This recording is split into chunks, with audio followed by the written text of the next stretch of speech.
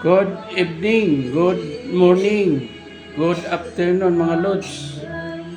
Tayo ay manood ng misa mga Lods.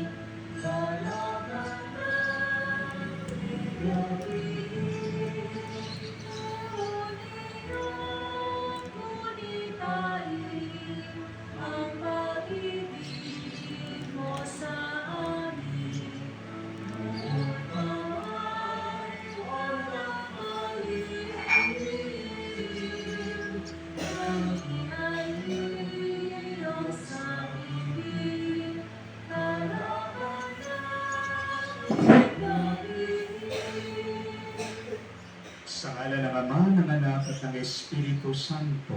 Amen. Sumainyo ang Panginoon. At At sumainyo rin. Mga kapatid, habang tayo ay nagpapakumbabang lumalapit sa Diyos, pinataas natin at pinagdarasal ang ating mga kanya-kanyang intensyon.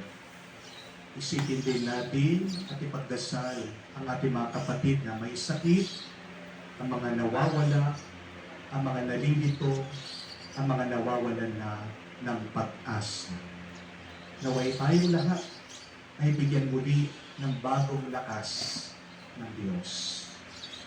Minsan sa ating paghahanap buhay, hindi naman tayo nakakahanap ng buhay. Minsan sa ating paghahanap buhay, tayo ay unti-unting namamatay. Mga kapatid, hindi po masama na maghanap ng pera. Habang tayo ay nabubuhay dito sa mundo, kailangan natin ang pera. Pero baka makalimutan natin na mas kailangan natin ang Diyos. Dahil tanging ang Diyos na ang ating buhay, ang ating daan, ang ating katotohanan. Tanging si Jesus lang ang magpupuno lahat ng ating pangangailangan. Bago tayo maghanap buhay, maghanap ng kayamanan, hanapin muna natin at lapitan ang ating Panginoong Jesucristo na pagmumulan at magbibigay ng umaapaw na pagpapala at grasya sa atin. Sa mga pagkakataon na kung saan nakalimutan natin na hanapin muna ang Diyos, sa mga pagkakataon na kung saan nakaligtaan natin nagagawa ng mabuti sa iba. Hingin natin muli ang awat pagpapatawad ng Diyos para tayo ay makitang karapat dapat na makatanggap sa mga banal na misteryo. Inaamin ko Sa makapangyarihang Diyos at sa inyong mga kapatid, na lubha akong nagkasala sa isip, sa salita, sa gawa at sa aking pagkukulang, kaya'y sinasamo ko sa mahal na Birhen Maria, sa lahat ng mga anghel at mga banal, at sa inyong mga kapatid, na ako'y panalangin sa Panginoong ating Diyos. kaawaan tayo ng makapangyarihang Diyos. Patawarin tayo sa ating mga kasalanan at patnubayan tayo sa buhay na walang hanggan. Amen. Panginoon, kaawaan mo kami. Panginoon, kaawaan mo kami. Kristo, kaawaan mo kami. Kristo, kaawaan mo kami. Panginoon, kaawaan mo kami. Panginoon, kaawaan mo kami. Manalangin tayo. Ama naming makapangyarihan, pinananauli at pinapahalagan mo ang wagas na katapatan. Taguyan mo ang aming kalooban upang mahubog sa sagisag ng iyong Espiritu at maging matatag sa pananalig at masipag sa gawa ng pag-ibig sa pamamagitan ni Jesucristo kasama ng Espiritu Santo magpa sa walang hanggan. Amen.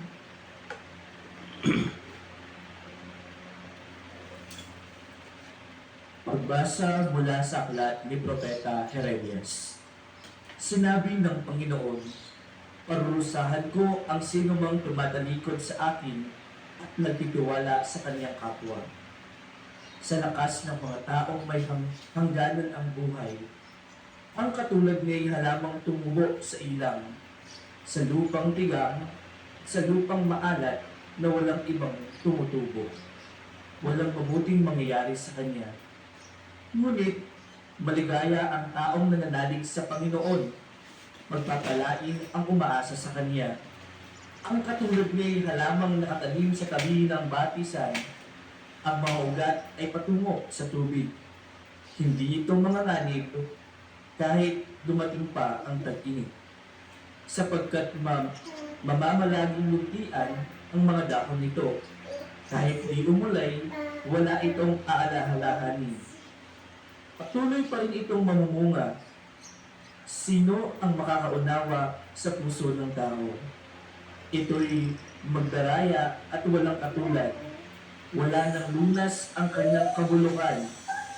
Akong Panginoon ang sumisiyasat sa isip at sumusubok sa puso ng mga tao. Ginagantihan ko ang bawat isa ayon sa kanyang pamumuhay at ginagantimpalaan ayon sa kanyang ginagawa. Ang salita ng Diyos. Salamat sa Diyos. Mapalad ang umaasa sa Panginoong tuwina. Mapalad ang umaasa sa Panginoong tuwinan. Mapalad ang taong hindi naaakit niyong masasama upang sundan niya ang kanyang payot maling halimbawa. Hindi sumasama sa sinumang taong ang laging hadikain. Pagtawanan lamang makhamakin ang Diyos na dakila. Nagagalak siyang laging magsaliksik ng banal na aral. Ang utos ng puon siyang binubuhay sa gabi at araw. Mapalad ang umaasa sa Panginoong tuwinan. Ang katulad niya isang punong kahoy sa tabi ng batisan. Sariwa ang dahot, laging namumunga sa kapanahunan. At anumang gawin ay nakakatiyak na magtatagumpay. Mapalad ang umaasa sa Panginoong tuwinan.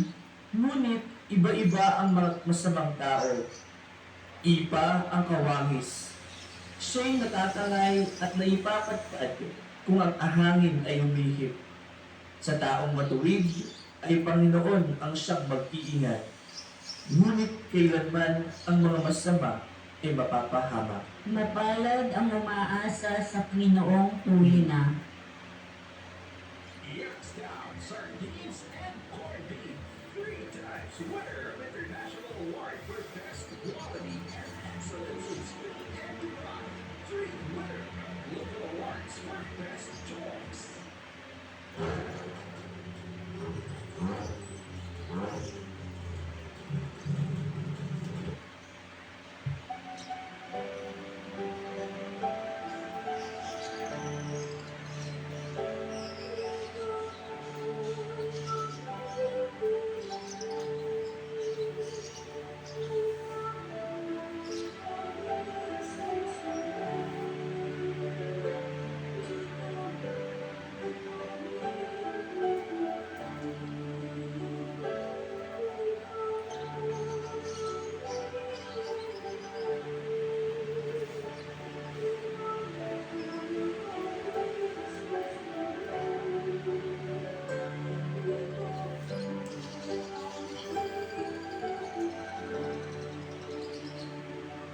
Mapalad ang nag-iingat sa kanyang pusong matapat ng salitang nagbubuhat sa poong Diyos ng liwanag sa tiyagay aaning ganap.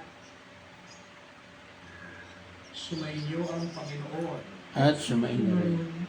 Ang mabuting balita ng Panginoon ayon kay San Lucas. Papuri sa iyo, Panginoon. Nung panahon yun, sinabi ni Jesus sa mga Pariseo, may isang mayamang nagdaramit Ayan ng mga lods. mamahalin. Tapos na tayo. Enough na sa ating initial vlogs ng misa. Pero tatapusin ko ang misa kahit hindi naka-vlog. Tad ng sugat At 9 minutes na po mga lods. sa may Bye-bye. pintuan ng mayaman upang